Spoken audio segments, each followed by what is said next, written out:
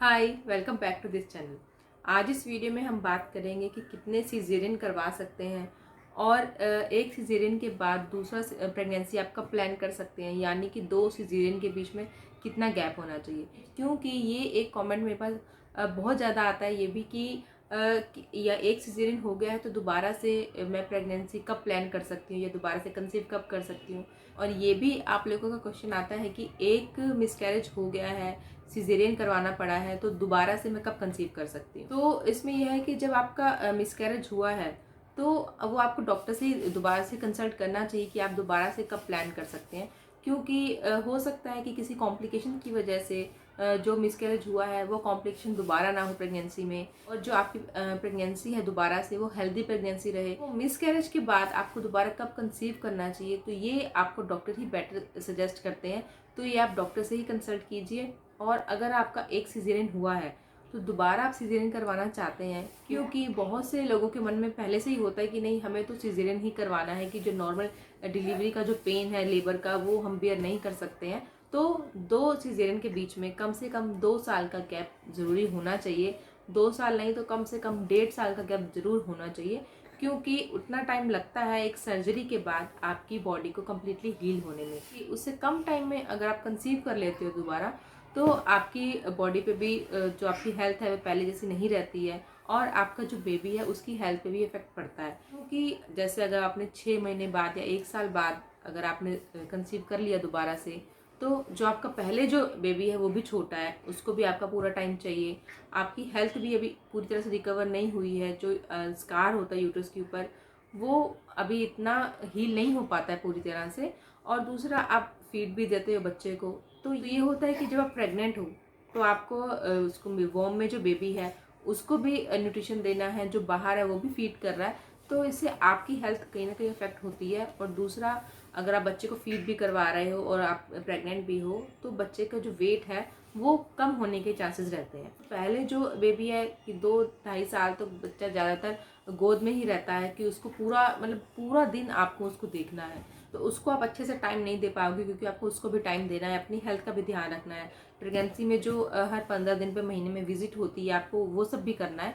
तो थोड़ा हेक्टिक हो जाता है। एक तो पहले ही आप कम्प्लीटली हील नहीं हो पाए हो, फिर आप दोबारा सेकंड सीजेरियन ही करवाओगे, तो आपकी हेल्थ इससे कहीं ना कहीं इफेक्ट होती है। कि एक तो पहले आप सर्जरी के बाद कम्प्लीटली हील नहीं हुए हो, फिर आपको एक बच्चे को भी देखना है, और फिर आपको इतनी जल्दी दोबारा सीजेरियन भी करवाना है, तो फिर से आपको दोबारा सर्जरी जब करवानी है तो उसका भी कॉम्प्लिकेशन है।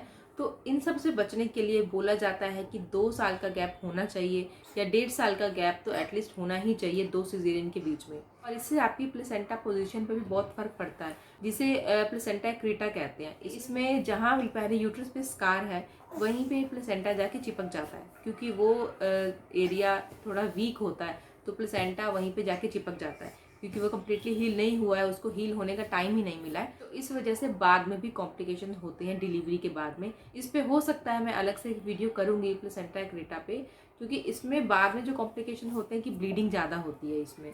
कि प्लेसेंटा जो है, यहाँ पे यूट्रस पे स्कार था, वो जो है एरिया वीक था, वहाँ प्लेसेंटा अंदर घुस जाता है, तो कम्प्लीटली डिलीवरी के टाइम वो बाहर नहीं आ पाता है। तो बहुत सारी चीज़ें होती हैं इसमें, इस पर हम अलग से किसी वीडियो में बात करेंगे। इसीलिए बोला जाता है कि 1.5 साल का गैप कम से कम ज़रूर रखो, कि आपकी भी हेल्थ अच्छी बनी रहे, और जो आपके पास ऑलरेडी बेबी है आप उसको भी अच्छे से टाइम दे पाओ, और अपनी प्रेगनेंसी पर भी आप फोकस कर पाओ। ये भी होता है कि अगर आप जैसे 6 महीने बाद ही अगर आप दोबारा से कंसीव कर लेते हो, तो यूट्रस रैप्चर होने के चांसेस बढ़ जाते हैं, क्योंकि यूट्रस जो है अभी वीक है, वो कम्प्लीटली हील नहीं हुआ है। तो जब बेबी का साइज़ बढ़ने लगता है, उसका वेट बढ़ने लगता है, तो होता है कभी कभार कि यूट्रस रैप्चर हो सकता है। तो जहाँ आपके पहले जो स्कार आया है सेकंड डिलीवरी के टाइम भी, सेकंड सीजरियन के टाइम भी आपका वहीं पे ही स्कार आएगा, तो उसको हील होने में ज़्यादा टाइम लगता है। और दूसरा, अगर आप वजाइनल बर्थ प्लान करना चाहते हो पहले सीजरियन के बाद, आप दूसरी नॉर्मल डिलीवरी चाहते हो, तो वो पॉसिबल नहीं है, क्योंकि उसमें कम से कम 1.5 से 2 साल का गैप होना चाहिए। तो यही सब कॉम्प्लिकेशंस होते हैं। इसी से बचने के लिए बोला जाता है कि कम से कम 1.5 से 2 साल का गैप होना चाहिए दो सीजरियन के बीच में। और अब बात करते हैं कि कितने सीजरियन करवा सकते हैं। तो कितने सीजरियन करवाने को तो ये होता है कि आप चाहे 4 करवा लो, 5 करवा लो, जितने भी आप करवाना चाहते हो। बट ये होता है कि हर बार आपकी हेल्थ पे इफेक्ट करता है, क्योंकि अगर हम एक भी ऑपरेशन करवाते हैं या दो भी हमारे अगर सीजरियन हुए हैं, तो हमारी बॉडी पहले जैसी नहीं रहती है, कहीं ना कहीं तो फ़र्क आता ही है।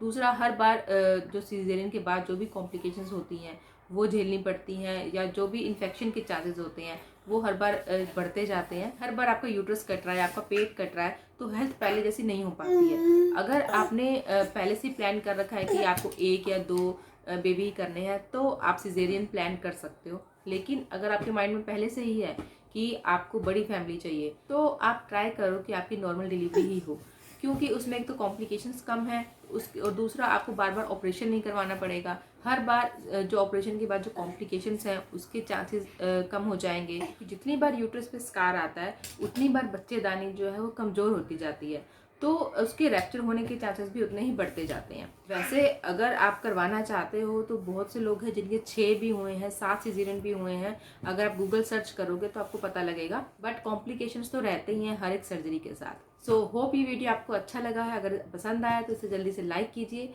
सबके साथ शेयर कीजिए और इस चैनल को सब्सक्राइब जरूर कीजिए। Thank you for watching Indian moms nest.